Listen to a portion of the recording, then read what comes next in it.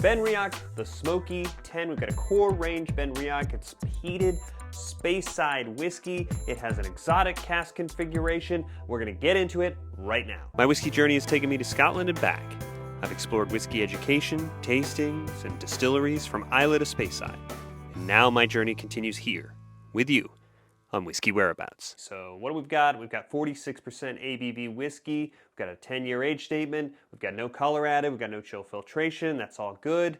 And we have peated Speyside whiskey, but this is not the same peat that we think of. We think of peated Scotch whiskey. We think of Islay. We think of the islands. This is Highland peat. The other thing we have here is a pretty exotic cask configuration for a core range 10-year. We've got bourbon casks, Jamaican rum casks, and virgin oak casks. All the whiskey's maturing in these casks. It's been vatted together at a ratio that is unknown to us. Let's talk about Jamaican rum for a second. I'm not an expert by any means, but when we think of Jamaican rum, we think of it as having that same sort of molasses sugar kind of derived base, that sweetness of rum, but with a sort of a funkiness, a tropical fruit, so banana and pineapple. They don't traditionally use the virgin oak because you're going to get a huge oak profile and you're going to get big tannins. Tannins can be bitter, they can be astringent.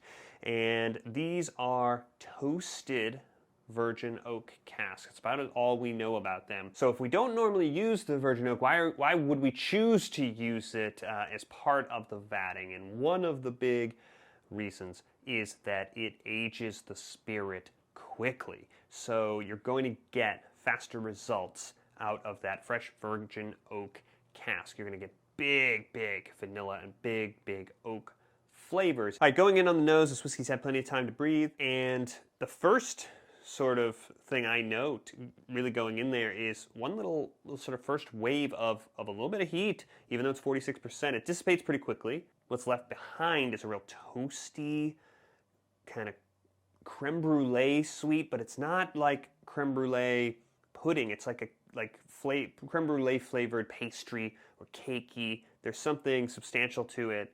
Maybe from the grain, maybe from the barley that's mixing with that flavor note. A real honey, sweet, honey and caramel, kind of both drizzled across the top. And coming right behind that, a wall of vanilla, big vanilla, very nice. But underneath, while you sit with it, there's something that doesn't come out of the bakery case. It's earthy, tropical, fruity, yeah, real ripe, organic coming in, and that's where you're looking for it. But that's where I'm finding that influence on that rum cask. So going in on the palate, neat, yeah. So it's sweet, but also with some other elements offsetting it. Big vanilla sweet. There's a pepper kind of spice, liveliness to it. There's peat. It's like a charcoal kind of peat rather than a full roaring fire. Little subdued, not maritime, not medicinal. And there's a element of the sort of probably the oak bitter that's part of it. And there's a chocolate kind of wrapped around it.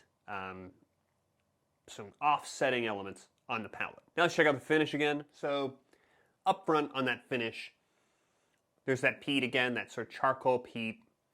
And there is a bitterness from the oak. There's a sort of a nice honey barbecue. And it has a sort of I would say it feels medium in terms of the finish.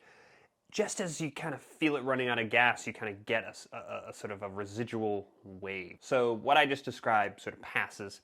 And then what you're left with is a sort of a sweet, kind of toasty sugar with a little bit of the bitter kind of down the middle of the tongue, and just sort of some wisps of sort of leftover, lingering peat smoke in the sinus.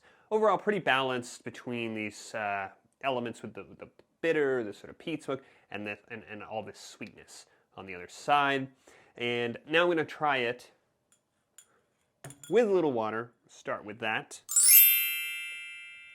Let this sit for just a second. Let the water do its thing. Okay, I'm gonna go ahead now with water on the nose. Yeah, so that sweet is definitely there. Vanilla kind of up front again, but I'm also getting that sort of ripe, that tropical element, that earthy element has been elevated. Yeah, and the sweet is kind of trailing behind it after that initial wave of the vanilla. It's sort of almost turned it inside out in terms of how it's presenting. Less sweet, more of that sort of exotic element. So yeah, it seems like almost a more interesting whiskey with the water added, but there's not that much else going on. Going in on the palate with the water, vanilla again, real thick kind of vanilla cream. It's got a little bit of pepper spice. Bitter's been turned way down. It is a little bit more straightforward, but the peat is nice. The sweetness is nice with the vanilla. So I paid for my bottle a little while back now. You can see that the level is pretty low. $61 for my bottle. For 46% whiskey with these specs, exotic cask configuration, that's pretty good value. And I like a lot of the notes here. The richer notes are not sort of drowned out. There's just a little imbalance. I think the bitterness kind of is coming in a little loud. The water kind of takes care of that. I've seen some reviews and people talk about kind of highlighting the sort of Speyside fruit notes that you'd expect in the whiskey. If I'm looking for them, sure, I can find them, but it seems like it's kind of a little overwhelmed to me by the rest of what's going on here. It's obviously pretty drinkable. I think it's a very solid 3.5 glass whiskey. I'm tempted to give it a little extra credit because I think it is a pretty solid value, but I think that's about right for what the experience on this whiskey is. Fine and good, and nothing beyond that. So as always, I'd love you to subscribe if you enjoyed this video and don't want you to miss any that are coming out in the future. You can use this button right here, and I will see you on the next one.